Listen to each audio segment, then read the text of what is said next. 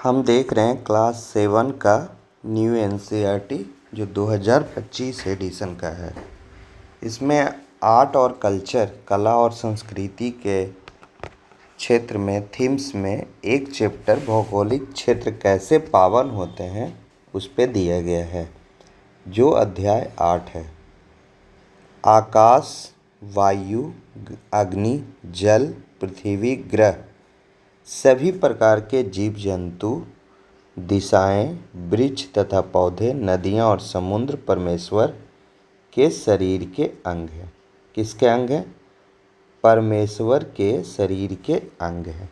यह कहाँ बोला गया? भागवत पुराण में बोला गया कि आकाश हो, चाहे वायु हो, चाहे अग्नि हो, मतलब मद् भगवत गीता में जिस तरह का रूप श्री कृष्ण भगवान ने धरा था, उसमें दिखाया भी जाता है कि आकाश, ये वायु, ये अग्नि, जल, पृथ्वी, ग्रह, सभी प्रकार के जीव जंतु, दिशाएं, वृक्ष तथा पौधे, नदियां और समुद्र सभी क्या हैं? परमेश्वर के अंग हैं। तो देखिए, ये बहुत सारा डिफरेंट एरिया से चित्र लिया गया है और जिसको दिखाया गया है कि भारत में किस तरह का कला और संस्कृति विकसित हुआ है। तो देखिए, इसमें है, जब हम इस चैप्टर को पढ़ेंगे तो क्या समझेंगे? पावनता क्या है, भूमि कैसे पावन हो जाती है, पावन स्थल और तीर्थ स्थल का अंतर संबंध किस प्रकार मानव जीवन और संस्कृति से जुड़ता है, मानव जीवन और संस्कृति से जुड़ जाता है। पावन भूगोल ने भारतीय उपमहाद्वीप के सांस्कृतिक एकीकरण में किस प्रकार की भूमिका निभाई है? इन सारे प्रश्नों के उत्तर हम दे पाएंगे इस अध्याय के पढ़ने के बाद। तो चलिए देखते हैं। क्या आप इनमें से किसी चित्र से परिचित हैं? क्या आप अपने आसपास इसी तरह के किसी स्थान का नाम बता सकते हैं? तो अगर आप इसमें से देखेंगे तो ये जो है वाराणसी नदी में दीपक जलाने का वो है, ये लद्दाख का एक मठ है, ये वृक्ष जो है पीपल का वृक्ष है या बरगद का वृक्ष है जिसकी पूजा की जा रही है। कुछ टीले हैं, उनकी भी पूजा की जा रही है। और ये एक सूर्य मंदिर है और ये भी एक मंदिर है जो पूर्वोत्तर भारत का हिस्सा है। तो इस तरह से हम देखते हैं आगे कि मैं तो इन स्थानों में से बहुत को पहचान रहा हूँ, तो आप इसे देख के समझने का प्रयास कीजिए कि क्या आपने अपने आसपास इस तरह के स्थानों को देखा है क्या। पावनता क्या है? पावनता के अनेक अर्थ हो सकते हैं। इस अध्याय के सीमित संदर्भ में पावनता का तात्पर्य उन समस्त धार्मिक एवं आध्यात्मिक भावों से है जो पावन और दिव्य हो तथा आदर एवं श्रद्धा के योग्य। मतलब उन धार्मिक एवं आध्यात्मिक भाव के बारे में बोला जा रहा है जो पावन और दिव्य हो, जहाँ पे आदर एवं श्रद्धा के योग्य हो। जब वह उस स्थान पर आप जाएं तो आपको एक अलग प्रकार की शांति का अनुभव हो और आपका मस्तक उसमें श्रद्धा से झुक जाए। किंतु इसका आधार क्या है? पावनता होने का आधार क्या है? यह कोई विशेष स्थल या धार्मिक स्थल हो सकता है। विशेष स्थल, धार्मिक स्थान और विशेष स्थल दोनों को बोला जा रहा है पावन स्थल, जो ऐसे गंभीर भावों, उच्च विचार और संवेदनाओं को प्रकट करता है। मतलब यह कोई विशेष स्थल या धार्मिक स्थान हो सकता है। बहुत सारे लोग होते हैं आज के लिए जो अपने स्कूल जाते हैं तो स्कूल को एक मंदिर की तरह समझते हैं, तो वो स्थल भी उनके लिए क्या है? पावन स्थल है। जैसा कि हम इस अध्याय में देखेंगे, यह किसी विशेष प्रकार की यात्रा हो सकती है, सामान्यतः तीर्थ यात्रा, जो किसी विशेष मार्ग से होकर गुजरती है। ठीक है। तो विशेष प्रकार की यात्रा हो सकती है, विशेष स्थल हो सकता है और विशेष मार्ग से होकर भी जा सकता है। अगर आपने कभी झारखंड में स्थित बाबा भोलेनाथ के दरबार में गए होंगे, जिनको बैद्यनाथ धाम भी कहते हैं, अगर वहाँ जाएंगे तो लोग सुल्तानगंज से पानी उठाते हैं, गंगा जल उठाते हैं और कहाँ तक जाते हैं? बैद्यनाथ धाम तक जाते हैं। वह 105 किलोमीटर की यात्रा बहुत सारे लोग पैदल कंप्लीट करते हैं या बहुत सारे लोग गाड़ी से भी जा सकते हैं। इस प्रकार पावनता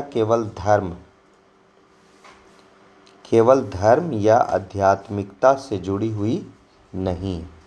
ऐसा नहीं है कि पावनता का मतलब सिर्फ धर्म या आध्यात्मिकता ही है। ये कोई विशेष स्थल, विशेष प्रकार की यात्रा या विशेष मार्ग से होकर भी गुजरा जा सकता है। अपनी भारत के संदर्भ में निश्चित भूभाग, विविध परंपराओं एवं अन्य विषयों से भी जुड़ी हुई है, जिसके विषय में हम आगे पढ़ेंगे। आइए सबसे पहले हम अपने पावन स्थलों पर ध्यान केंद्रित करें। आप लोग जानेंगे कि भारत में प्राय सभी प्रकार के विचारों एवं धर्मों के अपने अपने पावन स्थल हैं। यहाँ जितने तरह के विचार और धर्म हैं, उन सभी के अपने अपने क्या हैं? पावन स्थल हैं। कोई दरगाह जाता है, तो कोई मंदिर जाता है, तो कोई गुरुद्वारा जाता है। तो इस तरह से सबके अपने अपने क्या हैं? पावन स्थल हैं। देखिए, ये दिखाया भी जा रहा है। अगर ये देखेंगे तो ये सिख धर्म से जुड़ा हुआ है, ये मस्जिद है, ये मंदिर है ना। और ये भी कोई मुस्लिम का कोई दरगाह वगैरह है। तो इस तरह से आप कह सकते हैं कि हर एक धर्म के लोग अलग अलग जगह पे जाते हैं। उनका अपना अलग अलग क्या है? पावन स्थल है। भारत से बाहर उद्भव होने वाले धर्मों जैसे इस्लाम, ईसाई, यहूदी और पारसी। इस्लाम भी यहाँ का क्या है? धर्म नहीं है। ये भी क्या है? बाहर के धर्म है। पावन स्थल, किसी स्थल को पावन इसलिए माना जाता है क्योंकि इसका संबंध किसी दिव्य पावन स्मृति अथवा आध्यात्मिक व्यक्ति या आकृति से होता है। या तो वहाँ किसी को दिव्य माना जाए, मतलब भगवान माना जाए, या तो किन्हीं की पावन स्मृति हो, जैसे दरगाह वगैरह हो, अथवा आध्यात्मिक व्यक्ति या आकृति से हो सकता है। बाहर के धर्म क्या है? इस्लाम, ईसाई, यहूदी, पारसी धर्म। ये 4 धर्म क्या हैं? बाहर से आए हैं। के अनुयायी इन चित्रों में दर्शाए गए स्थलों को श्रद्धेय मानते हैं। ये लोग इन स्थलों पे प्रार्थना या पूजा के लिए जाते हैं। अन्य पंथों के लोग भी इन स्थलों पर जाते हैं, जिनमें राजस्थान का अजमेर शरीफ, राजस्थान का क्या है? अजमेर शरीफ है ना। तमिलनाडु का वेल्लांकन्नी चर्च,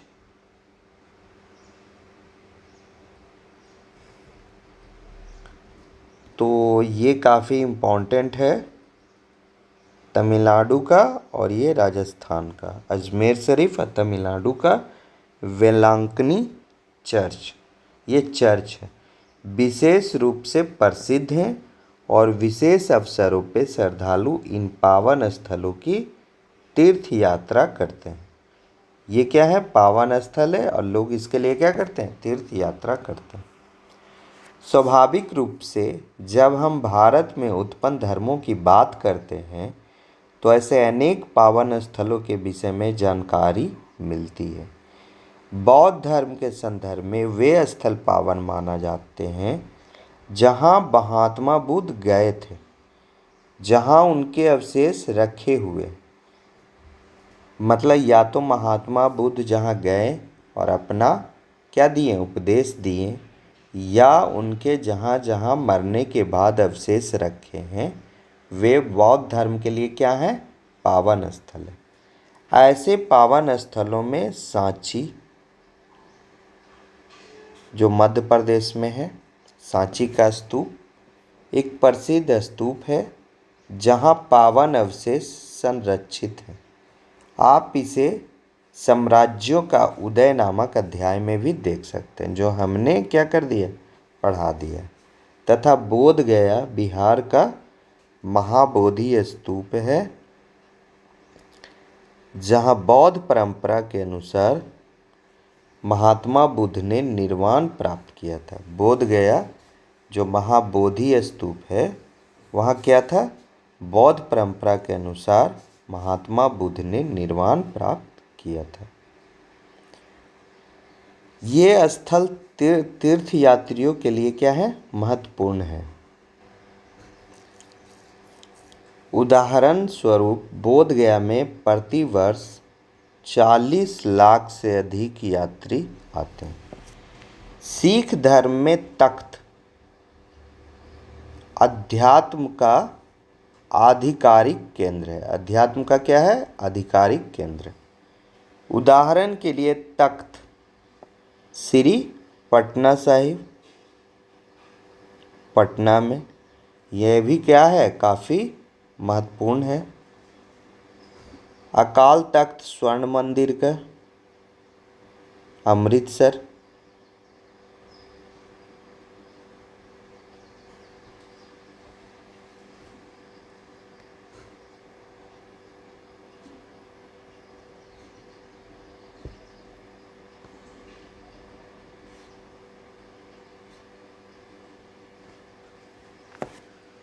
अकाल तख्त जो है अमृतसर का, तथा तख्त श्री केशवगढ़ साहिब आनंदपुर का, ये सब क्या है, सिख धर्म के पावन स्थल हैं। सिख श्रद्धालुओं की इच्छा रहती है कि जीवन में कम से कम एक बार इन पावन स्थलों की यात्रा करें। मतलब सिख धर्म के जितने भी श्रद्धालु हैं वे सोचते हैं कि एक बार कम से कम अमृतसर, पटना साहिब और श्री केशगढ़ साहिब आनंदपुर, ये 3 जगह की कम से कम यात्रा कर ले, अपने पावन स्थलों की यात्रा करें। सिख धर्म के महान गुरुओं से संबंधित है, और यह स्थल क्या है, सिख धर्म के महान गुरुओं से संबंधित है। अतः इन स्थलों का उनके जीवन में विशेष महत्व है। इन सब के अतिरिक्त सिख परंपरा में उन स्थलों को भी पावन माना जाता है जहां अनेक गुरुओं ने यात्रा की।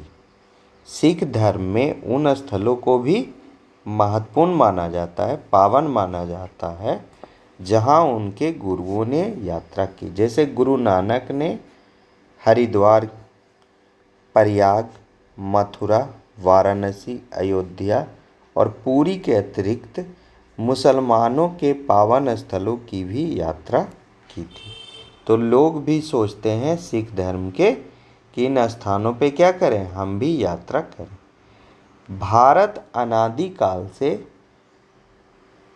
तीर्थ यात्रियों का देश रहा है। संपूर्ण देश में ये प्राचीन स्थल बर्फीले हिमालय पर्वतों जैसे बद्रीनाथ, केदारनाथ, अमरनाथ से लेकर दक्षिण में कन्याकुमारी तक स्थित है। ऐसा क्या है जो हमारे लोगों को उत्तर से दक्षिण और दक्षिण से उत्तर के तीर्थ स्थलों की यात्रा के लिए आकर्षित करता है? यह एक देश और एक संस्कृति की भावना है। और ये क्या है, यह एक देश और एक संस्कृति की भावना है। तो उत्तर के लोग जहाँ दक्षिण की यात्रा करना पसंद करते हैं, वहीं दक्षिण के लोग उत्तर की यात्रा करना पसंद करते हैं। अपने प्राचीन स्थल, तीर्थ स्थल की यात्रा करते हैं। और ये क्या है, यह एक देश और एक संस्कृति की भावना है। और ये किन्होंने बोला? जवाहरलाल नेहरू उन्होंने बोला 1961 में। तीर्थ शाब्दिक अर्थ की दृष्टि से तीर्थ वह स्थल है जहाँ नदी या जल के किसी स्रोत को पार किया जाता है। प्रतीकात्मक दृष्टि से तीर्थ वह स्थान है जहाँ कोई जिज्ञासु, ये प्रतीकात्मक, तीर्थ क्या है? एक स्थल है जहाँ नदी या जल के किसी स्रोत को पार किया जाता है, मतलब वहाँ पे कुछ हो, नदी मतलब कोई जल का एक स्रोत हो। और प्रतीकात्मक दृष्टि से कोई जिज्ञासु अपने सामान्य जीवन से उच्च और आध्यात्मिक जीवन में प्रवेश करता है। ऐसे स्थलों को अत्यंत श्रद्धा और पावनता के साथ देखा जाता है। तो तीर्थ यात्राएं क्या है? अनेक भारतीय अपने जीवन काल में विविध पावन स्थलों की यात्रा करते हैं। तीर्थ की यह प्राचीन और सतत परंपरा न केवल शारीरिक और भौतिक बल्कि एक आध्यात्मिक यात्रा भी है। यह सिर्फ शरीर से जाने वाला, पाँव से चलने वाला यात्रा नहीं है, यह एक आध्यात्मिक यात्रा भी है। इसके लिए एक विशिष्ट आचार व्यवहार की आवश्यकता होती है। जैसे आप देख सकते हैं कि जब बाबा बैद्यनाथ धाम आप निकलेंगे तो आप जो सुल्तानगंज से गंगा जल लेते हैं उसमें क्या करते हैं? पहले एक संकल्प लेते हैं और उस गंगा जल को या तो कांवर और या तो आज के मॉडर्न युग में कह सकते हैं कि पीठ पे डिब्बे की तरह कपड़े में बंधे हुए थैली में लेते हैं जल। वो जो जल लेते हैं वो लेकर हम जब निकलते हैं तो कहीं भी अगर बाथरूम लगे तो उसको कहीं एक जगह टांगते हैं और फिर बाथरूम करने के बाद स्नान करके उसे फिर से अपने शरीर पे रखते हैं और चल देते हैं आगे। तो ये क्या है? एक प्रकार का विशिष्ट आचार व्यवहार है। और ये क्या है? एक तरह का सिर्फ शारीरिक और भौतिक नहीं, आध्यात्मिक भी यात्रा। पिछले 3000 वर्षों से आधुनिक यातायात के अभाव में भी भारतीय जन समस्त उपमहाद्वीप में चतुर्दिक तीर्थ यात्राएं करते आ रहे हैं। लोग क्या है? ऋषिकेश तक यात्रा करते हैं, हरिद्वार तक यात्रा करते हैं, कोई तो गौमुख से लेके और वो गंगा जल चढ़ाने किसी शिवलिंग पे आते हैं। तो चतुर्दिक, हर एक दिशा में, चतुर्दिक मतलब चारों दिशा में तीर्थ यात्रा करते आ रहे हैं, चाहे यातायात के आधुनिक साधन क्यों न हो, नहीं भी हो तब भी। परिणाम स्वरूप संपूर्ण भारतीय उपमहाद्वीप को पावन माना जाता है।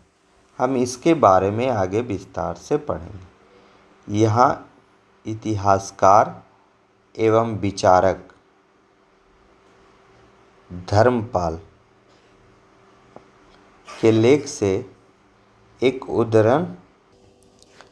धर्मपाल जी इतिहासकार भी हैं और एक विचारक भी है। हिंदी साहित्य में भी इनके काफ़ी पुस्तकें पढ़ने को है।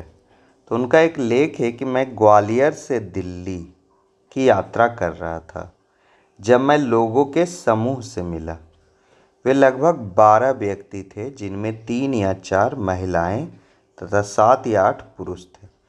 उन्होंने बताया कि वे लगभग 3 महीनों से अन्य स्थलों के साथ साथ रामेश्वरम तक की तीर्थ यात्रा पर हैं। वे लखनऊ के उत्तर में स्थित 2 गांवों से आए थे। तो उत्तर प्रदेश और बिहार के लोग क्या जाते हैं? रामेश्वरम तक भी तीर्थ यात्रा करते हैं। उनके पास मिट्टी के पात्रों के अतिरिक्त अनेक प्रकार की गठरियाँ थीं। उनके पास भोजन की सभी आवश्यक वस्तुएं थीं, जैसे आटा, घी, चीनी। ऐसा नहीं है कि ये लोग बाहर का खाना ज़्यादा खाते हैं, पहले के लोग। अभी के लोग तो फिर भी बाहर के खाना ज़्यादा खाने लगे हैं। तो ये जो है आटा, घी, चीनी लेकर चलते थे ताकि जहाँ भी हो वहाँ पे कुछ खाने का बना लिया जाए। आप सभी इस समय दिल्ली जा रहे हैं? उन्होंने उत्तर दिया, हाँ। क्या आप दिल्ली में रुकेंगे? नहीं, हम केवल वहाँ ट्रेन बदलेंगे और हम कहाँ जा रहे हैं? हरिद्वार जा रहे हैं। तो ये दो पावन स्थल का यहाँ पे नाम दिया गया है, एक रामेश्वरम और एक हरिद्वार। लेकिन वे 3 महीने से अनेक पावन स्थलों का क्या कर रहे थे? तीर्थ यात्रा कर रहे थे। हमारे पास समय नहीं है, हमें हरिद्वार पहुंचना है, उसके बाद हमें घर लौटना है। इस उद्धरण को पढ़िए, इस विषय में आपका क्या अभिमत है? उस मार्ग को दर्शाइए जिससे होकर इन तीर्थ यात्रियों ने रामेश्वरम से हरिद्वार तक की यात्रा की होगी।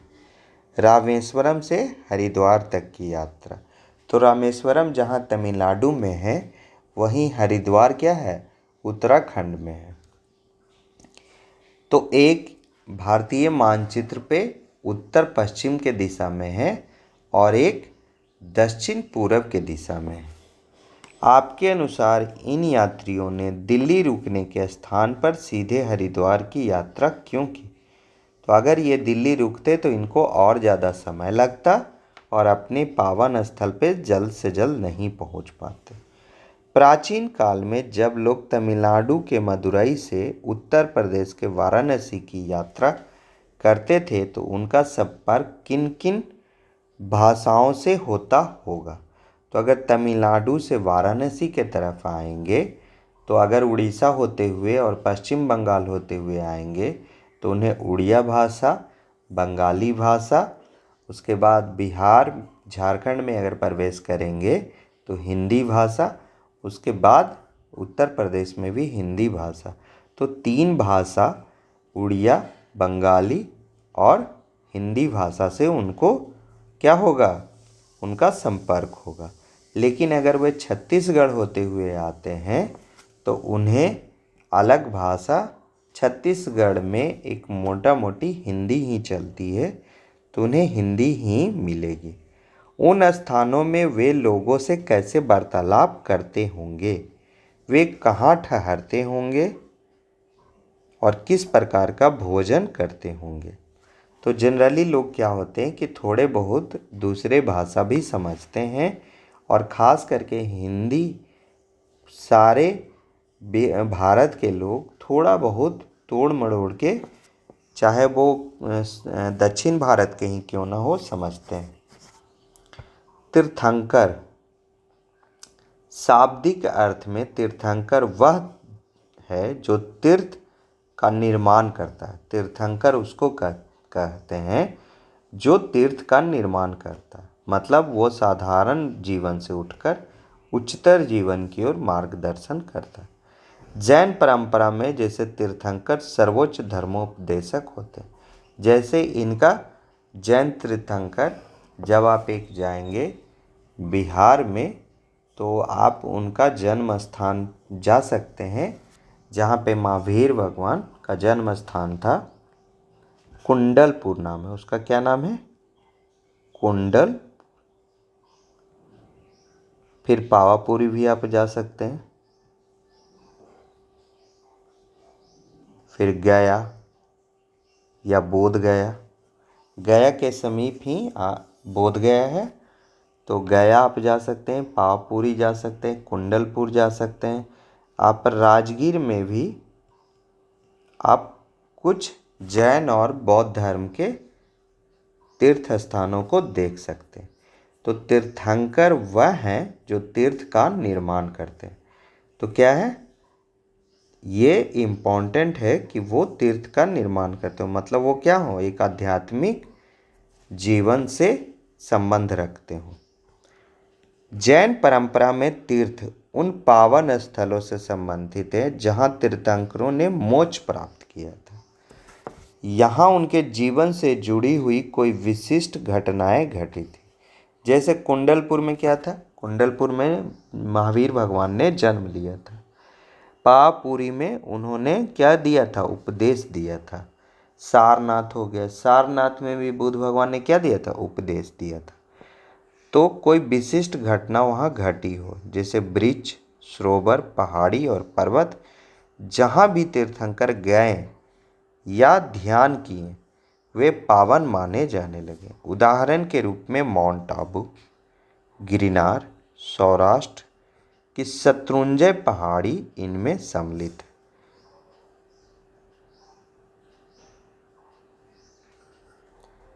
शत्रुंजय पहाड़ी क्या है, इसमें सम्मिलित है। सौराष्ट्र और गुजरात की जो शत्रुंजय पहाड़ी है, माउंट आबू पहाड़ी है, गिरनार पहाड़ी है, ये सब क्या है, सम्मिलित है। केरल में स्थित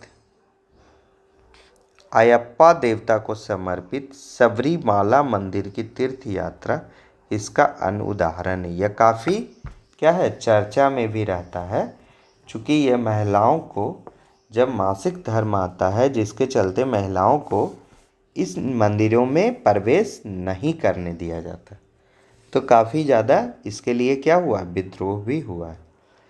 सबरीमाला की तीर्थ यात्रा इसका अन्य उदाहरण है। यहाँ प्रति वर्ष लगभग 1 करोड़ श्रद्धालु दर्शनार्थ आते हैं, मतलब दर्शन करने आते हैं। पहाड़ी पर स्थित इस पावन स्थल पर पारंपरिक रूप से पहाड़ियों और जंगलों के बीच एक कठिन मार्ग से होकर पहुंचा जाता था। इस प्रकार की चुनौतीपूर्ण यात्रा प्राय पूरे देश में अनेक पहाड़ियों या पर्वतों पर स्थित पावन स्थलों के लिए सामान्य बात है। प्राकृतिक संकेतों से युक्त मार्ग के साथ ऐसी यात्रा पावन मानी जाती है। जब आप इन प्राकृतिक संकेतों से युक्त मार्ग के साथ आप यात्रा करेंगे तो वो यात्रा क्या मानी जाएगी, पावन यात्रा मानी जाती है। यह आध्यात्मिक यात्रा की कठिनाइयों का भी प्रतीक है। ठीक है, इन आध्यात्मिक यात्रा में क्या है, कठिनाई भी पावन माना जाता है। महाराष्ट्र में 800 वर्ष पुरानी पढ़मपुर वारी परंपरा, वारी का तात्पर्य उस वार्षिक तीर्थ यात्रा से है जो नियमित रूप से होती है। यह क्या है, वार्षिक तीर्थ यात्रा। तीर्थ यात्री विशाल समूह में 21 दिनों तक, कितने दिनों तक, 21 दिनों तक पढ़मपुर के प्रसिद्ध विठोबा मंदिर की यात्रा करते हैं। विठोबा जो शब्द है यह विष्णु भगवान के लिए इस्तेमाल किया जाता है, मतलब 21 दिन और विष्णु भगवान, ये दोनों इम्पोर्टेंट हैं। तो 21 दिन की पढ़मपुर बारी किया जाता है, 800 वर्ष पुरानी। यह 800 वर्ष से इस प्रकार की आस्था चली आ रही है। अन्य पावन स्थल, हिंदू तथा अन्य लोग, हिंदू के साथ साथ अन्य लोग जैसे लोक एवं जनजातीय मान्यताएं पावन स्थलों की धारणा के संबंध में और आगे जाती है। जैसा कि हमने कक्षा 6 में पढ़ा, 6 में भी कुछ पढ़े हैं, इन मान्यताओं में लोग प्रकृति के तत्वों जैसे पर्वत, नदी, वृक्ष, पौधे एवं पशुओं और कभी कभी पत्थरों को भी पावन मानते हैं। उदाहरण के लिए हिंदू विश्वास परंपरा में अनगिनत स्थलों और प्राकृतिक के रूपों पर्वत, नदी, वन विशेष रूप से दिव्य माने जाते हैं और उनकी देवी देवताओं के रूप में पूजा की जाती है। उन्हें क्या माना जाता है, देवी देवता माना जाता है और उनका पूजा किया जाता है। कई नदियाँ क्या है, देवी के रूप में जानी जाती है। नदियाँ क्या है, देवी के रूप में जानी जाती है।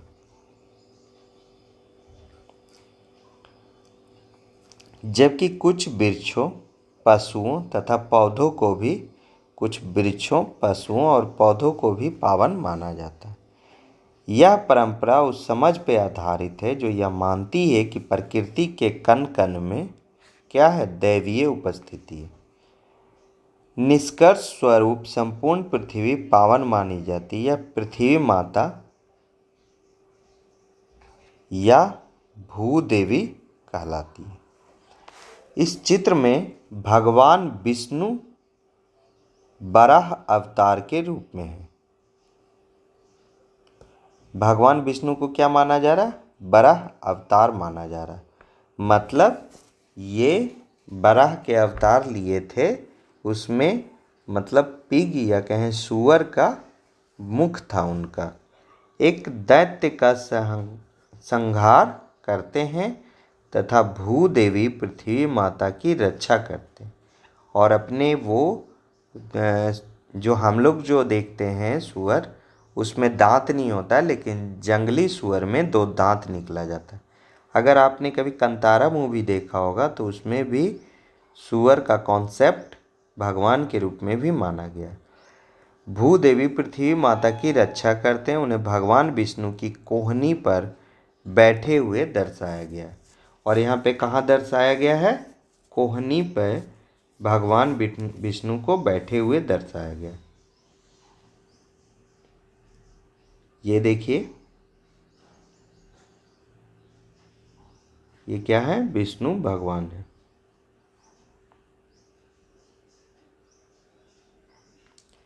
कर्नाटक के वेलूर मंदिर से, ये कहाँ से लिया गया? कर्नाटक के बेलूर मंदिर से लिया गया है। ठीक है, तो ये काफ़ी इम्पोर्टेंट है। इस चित्र को देखिए और याद रखिए कि विष्णु वराह अवतार के रूप में कहाँ पे चित्रित दिखाया गया है। तो कर्नाटक के बेलूर मंदिर में दिखाया गया है, यह पूछा जा सकता है। और अपनी कोहनी पे क्या बैठाए हुए हैं? विष्णु भगवान को बैठाए हैं। और ये क्या करते हैं? दैत्य का संहार करके भूदेवी पृथ्वी को समुद्र से बाहर निकालते हैं। उसी को यह दर्शाया गया। इन परंपराओं पर आधारित कुछ अन्य उदाहरण हैं, जैसे डोंगरिया खोंड जनजाति के लिए झारखंड की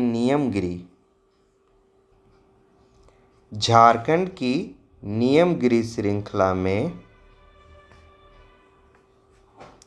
स्थित नियम डोंगर पहाड़ी पावन है। क्या झारखंड में नियमगिरी श्रृंखला में डोंगर पहाड़ी पावन है, जो खोंड जनजाति के लिए क्या है? एक पावन स्थल है।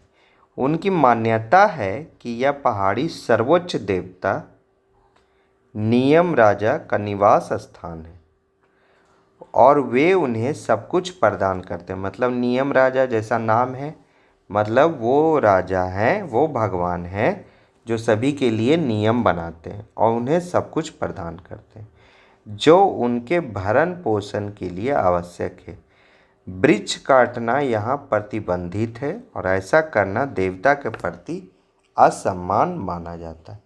मतलब नियमगिरी श्रृंखला पहाड़ी में अगर किसी तरह का वृक्ष की कटाई या खुदाई हो तो वहाँ पे खोंड जनजाति के लोग क्या करेंगे? बहुत ज़्यादा विद्रोह करेंगे।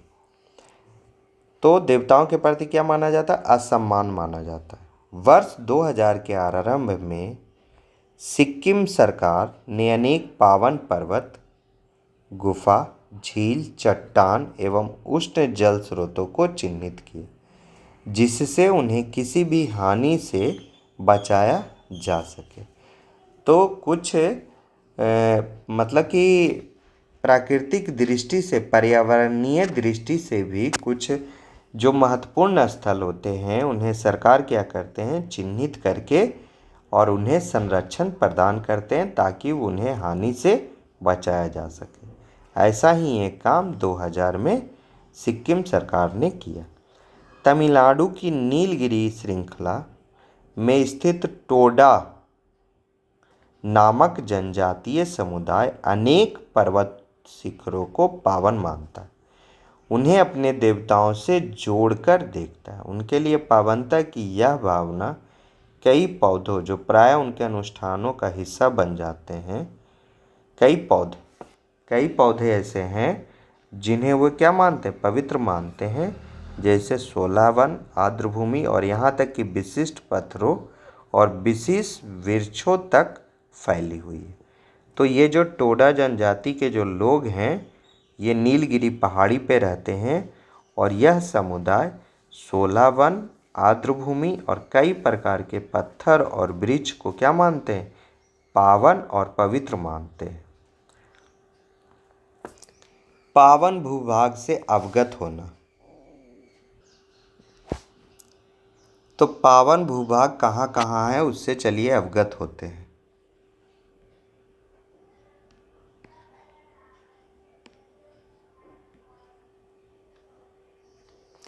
अगले पृष्ठ पे दिए गए मानचित्र चित्र 8.6 में कुछ पावन स्थल चिन्हित किए गए हैं।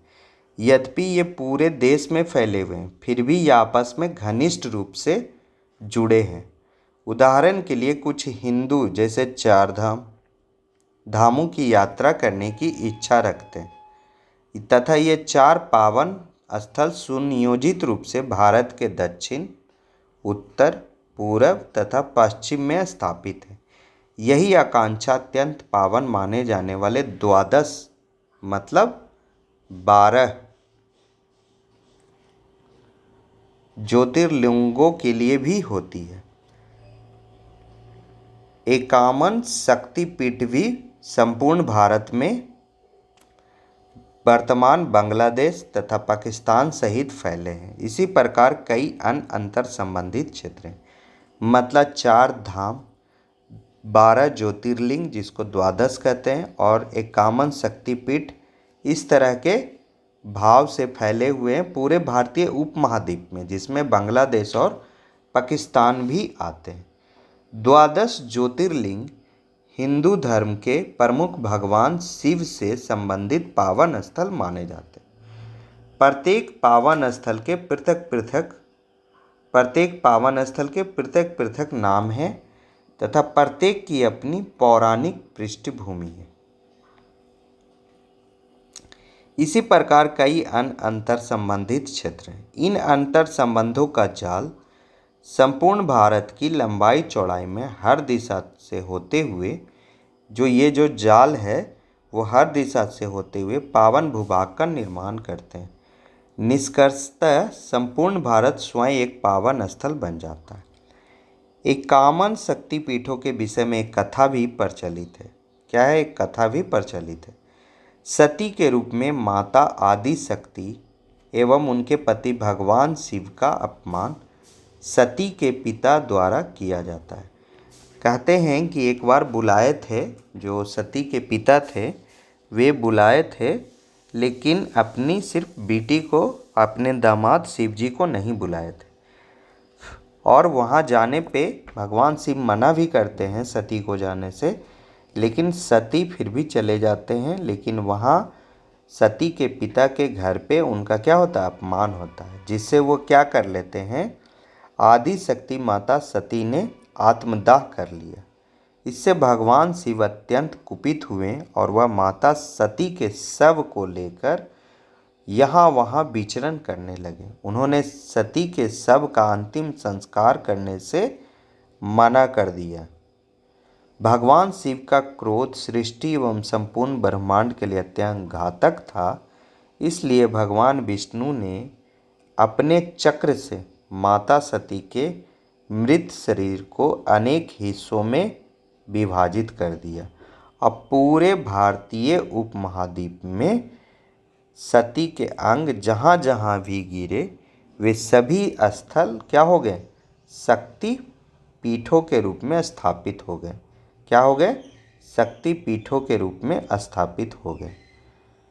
इस कहानी का आशय स्पष्ट है। संपूर्ण भारतीय उपमहाद्वीप देवी माता का ही रूप है। मतलब ये माना जाता है कि संपूर्ण भारतीय उपमहाद्वीप देवी माता का ही क्या है? एक रूप है। 4 धामों की स्थिति का पता लगाइए। आपके अनुसार जब लोगों ने भारत के उत्तर दक्षिण तथा पूरब पश्चिम की यात्रा की तब उनके लिए इन धामों का कोई विशेष महत्व था क्या? तो उनके लिए विशेष महत्व तो था ही। और ये 4 धाम आप देखेंगे कि उत्तर में क्या है? उत्तर में केदारनाथ इस तरह से चलते हुए, और इधर गुजरात में भी है एक धाम। तो एक धाम हो गया बद्रीनाथ जो उत्तराखंड में है, और एक द्वारका जो गुजरात में है, एक पुरी जो ओडिशा में है, और एक रामेश्वरम जो कहाँ पे है? तमिलनाडु के पास है। तो इस तरह से ये 4 धाम अलग अलग दिशा में है। अपनी आस्थाओं से संबंधित प्रमुख पावन स्थलों की यात्रा करते हुए तीर्थयात्री नैसर्गिक रूप से भारत के संपूर्ण भूभाग से परिचित होते हैं। अपने पावन स्थलों को घूमते घूमते वे विभिन्न लोगों से मिलते हैं, विभिन्न संस्कृति को देखते हैं और अपने संपूर्ण भारत से परिचित होते हैं। वे मार्ग में विभिन्न प्रकार की भाषाओं, रीति रिवाजों, वस्त्रों तथा खाद्य पदार्थों के साथ साथ इनकी समरूपता का भी अनुभव करते हैं। तो जब अलग अलग लोगों के पास जाते हैं पावन स्थल पे, तो उनकी भाषा को समझते हैं, उनके रीति रिवाज को समझते हैं, उनके वस्त्र को समझते हैं और उनके खाद्य पदार्थों को भी समझते हैं। तो देखिए अलग अलग, देखिए 4 धाम, एक पहला ये पॉइंट दिखाया गया है ना। 4 धाम में से जो क्या है, रामेश्वरम है। एक धाम यहाँ दिखाया गया है जो बद्रीनाथ है। एक धाम यहाँ दिखाया गया 4 धाम का जो द्वारका है। और एक धाम क्या है, पुरी है, जो यहाँ दिखाया गया।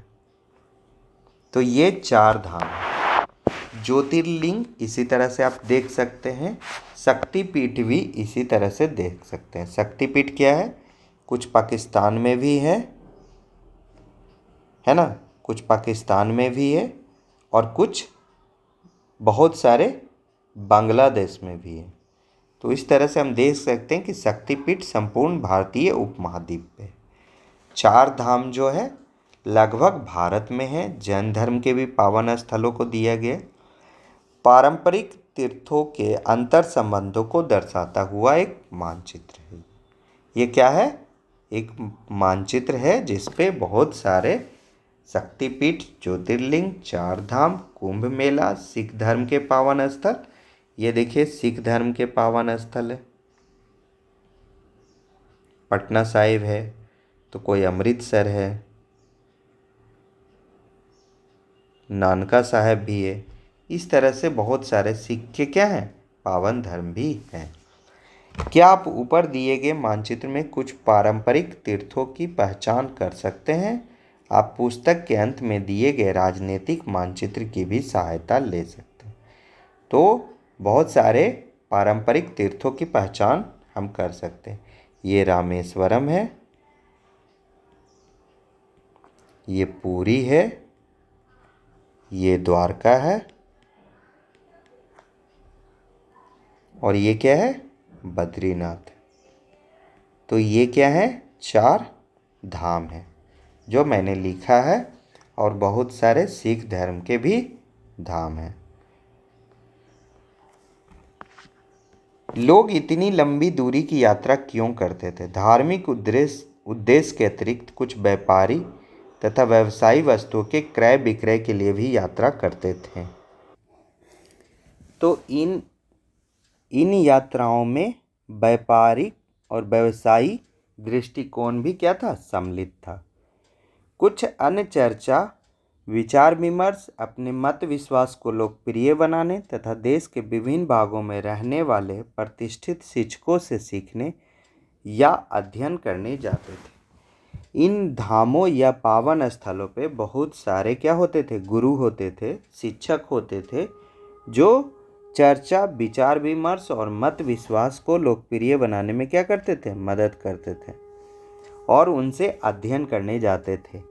यद्यपि ये सभी पृथक पृथक उद्देश्यों की पूर्ति हेतु यात्रा करते थे, फिर भी उनके मार्ग कहीं न कहीं एक दूसरे से मिल जाते थे। परिचर्चाएं एवं विचार विमर्श वस्तुएं, अनुभवों तथा कहानियों को समझना एवं साझा करना सभी को समृद्ध करता था। मतलब जब ये बहुत सारे अलग अलग कारण से जब यात्रा करते थे, कुछ ज्ञान लेने के लिए, कोई अपने पावन स्थल को देखने के लिए और कोई कुछ अपनी श्रद्धा से मांगने के लिए भी जब इन स्थानों को जाते थे, तो अपने अनुभवों और कहानियों को क्या करते थे, साझा करते थे। इस क्रम में नए विचार उत्पन्न होते थे तथा पुराने विचारों के साथ सामंजस्य स्थापित किया जाता था। तो इस तरह से इन यात्राओं में नए विचार और पुराने विचारों के बीच में क्या होता था, सामंजस्य स्थापित होता था। यह जटिल प्रक्रिया भारतीय उपमहाद्वीप के सांस्कृतिक एकीकरण का एक प्रमुख कारण बना। तो ये जितने भी तीर्थयात्री थे, जिस भी कारण से यात्रा करते थे, वे भारतीय उपमहाद्वीप के सांस्कृतिक एकता का एक प्रमुख कारण बना। पावन परिस्थिति तीर्थ स्थल सामान्यतः नदी या झील के किनारे, वनों या पहाड़ों पर स्थित होते हैं। जैसा कि हमने पहले पढ़ा, संपूर्ण प्राकृतिक परिदृश्य पावन स्थल के रूप में माना जाता है। इस अवधारणा ने ही हमें प्रकृति को सुरक्षित तथा संरक्षित रखने में सहायता की, क्योंकि हम प्रकृति से पृथक नहीं हैं। तो इस प्रकार जो है, हमने नदी, झील, वन, पहाड़, ये सब को क्या माना, संपूर्ण प्राकृतिक परिदृश्य को ही पावन स्थल के रूप में मान लिया, जिससे क्या हुआ, प्रकृति की भी रक्षा हुई। इस प्रकार तीर्थ क्षेत्र भूभाग, संस्कृति और आध्यात्मिकता का परस्पर सम्मिश्रण होता है। नदियों एवं संगम, नदियों का संगम। भारत में वैदिक काल से ही नदियों की पूजा होती है। ऋग्वेद का नदी स्तुति सूक्त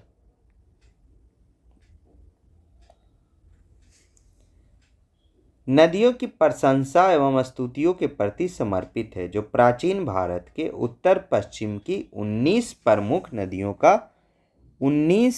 नदियों का क्या करता है, आवाहन करता है। आज भी अनेक धार्मिक रीति रिवाजों में जल का आवाहन करते हुए कुछ प्रमुख नदियों की उपस्थिति का ध्यान किया जाता है। गंगे च यमुने चैव गोदावरी सरस्वती। यहीं पे 4 नदी का नाम आ गया, गंगा, यमुना, गोदावरी और सरस्वती। नर्मदे सिंधु कावेरी जलेस्मिन सन्निधिं कुरु। मैं यहाँ नर्मदा, सिंधु, कावेरी के बारे में बात किया जा रहा है। तो देखिए नीचे लिखा भी, गंगा, यमुना, गोदावरी, सरस्वती, नर्मदा, सिंधु तथा कावेरी, आप सभी इस जल में सम्मिलित हो। जलेस्मिन् सन्निधिं कुरु। सभी क्या हो, इस जल में सम्मिलित हो। मतलब कि यहाँ पे कितने नदियों के बारे में बात किया जा रहा है, 7 नदियों के बारे में बात किया जा रहा है। कितने नदियों के बारे में, 7 नदियों के बारे में बात किया जा रहा है। तो ये काफ़ी इम्पॉर्टेंट है और इसको याद रखना है कि गंगा, यमुना, गोदावरी, सरस्वती, नर्मदा, सिंधु तथा कावेरी, इन नदियों के बारे में क्या बोला जा रहा है। ऋग्वेद में नदी स्तुति सूक्त है, जिसमें 19 नदियों का आवाहन है, लेकिन इसी एक सूक्त में 7 नदियों का आवाहन है। ये नदियाँ भारतीय सभ्यता के लिए जीवनदायी रही है। अनेक उद्गम स्रोत, सहायक नदियों तथा वे स्थान जहाँ से होकर वे बहती है, प्रायः क्या माने जाते हैं, पावन माने जाते हैं। अनेक तीर्थयात्री भी वहाँ की तीर्थ यात्रा करते हैं। क्षेत्रीय भाषाओं में इन नदियों का नाम आदर के साथ लिया जाता है, गंगा जी, यमुना जी, और सभी को क्या माना जाता है, एक देवी का रूप माना जाता है। प्रयागराज में प्रायः 6 वर्षों में कुंभ मेले का आयोजन होता है। प्रयाग 3 नदियों गंगा, यमुना और अदृश्य हो चुकी सरस्वती के संगम पर स्थित है, इसीलिए इसे कहीं कहीं संगम भी कहा जाता है। और इसी पे प्रत्येक 6 वर्ष में कुंभ मेले का आयोजन होता है। कुछ वर्ष पूर्व यूनेस्को ये क्या देता है, बहुत सारा हेरिटेज साइट बनाता है, वर्ल्ड हेरिटेज साइट। कुंभ मेले को अमूर्त सांस्कृतिक धरोहर के रूप में, मूर्त नहीं है लेकिन अमूर्त सांस्कृतिक, मूर्त माने होता है जो सीधे हम देख सके, जिसको फिजिकली छू सकें।